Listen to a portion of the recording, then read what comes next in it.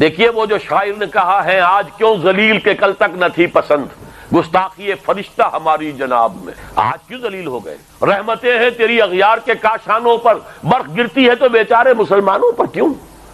یہ ضربت علیہم الذلۃ والمسکنہ ہم پر کیوں ہے؟ آج پوری دنیا میں آپ سوچئے 150 کروڑ مسلمان ہیں، عزت نام کی کوئی شے کسی مسلمان ملک کے لیے نہیں ہے۔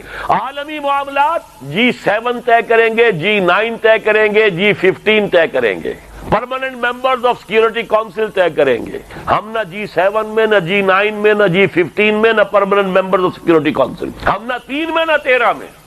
ہمارے وسائل و ذرائع پر ان کا قبضہ ہے، سارا تیل آج ان کے قدموں تلے ہے، پنجے گاڑ کر بیٹھے ہوئے ہیں وہ خلیج کے اندر۔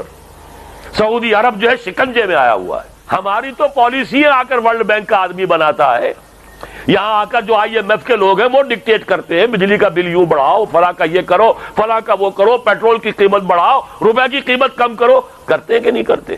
یہ ذلت، یہ رسوائی کیوں ہے؟ کیوں ہماری دعائیں اللہ نہیں سنتا؟ 20 30 لاکھ آدمی حج کر کے آتے ہیں، کیا دعائیں نہیں مانگتے ہیں اس امت کے لیے؟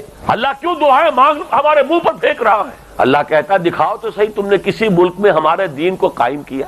تم مانتے ہو اسے اللہ کا کلام تو قائم کرو نا، مانتے ہو یہ شریعت اللہ کی ہے تو اسے نافذ کرو نا۔ اگر تم نہیں کرتے تو پھر ہم سے دعائیں مت کرو، تمہاری دعائیں تمہارے منہ پر دے کر ماریں گے۔ یہ ہے ہماری ذلت کا راز، جب تک ہم یہ نہیں کریں گے۔ لہذا صرف قرآن کے پڑھنے پڑھانے کا معاملہ، انجمن خدام القرآن، دعوت رجل القرآن، قرآن اکیڈمی، قرآن کالج، یہ تو اس کے لیے ہے۔ دورہ ترجمہ قرآن، قرآنی تربیت گاہیں، 1 ایئر کورس قرآن کا، رجوع القرآن کورس، یہ تو ہے سب پڑھنے پڑھانے کے لیے قرآن کے۔ تنظیم اسلامی ہے پھر اس لوگوں کے لیے جو قرآن اپنے اندر اتار لیں اور پھر کھڑے ہو جائیں، کمر کس لیں، عزم مصمم کر لیں۔